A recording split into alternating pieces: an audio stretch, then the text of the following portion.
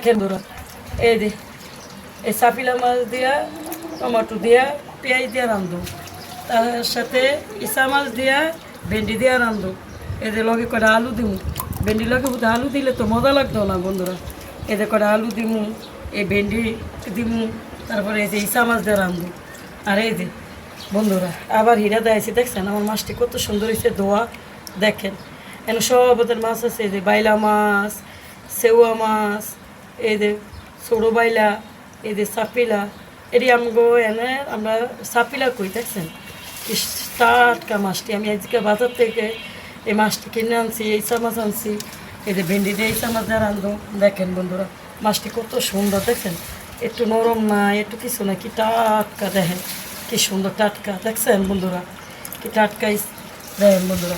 আমার ভিডিওটা ভালো লাগে আমার লাইক শেয়ার কমেন্ট, আমার পাশে থাকবেন বন্ধুরা। আমি নতুন মানুষ।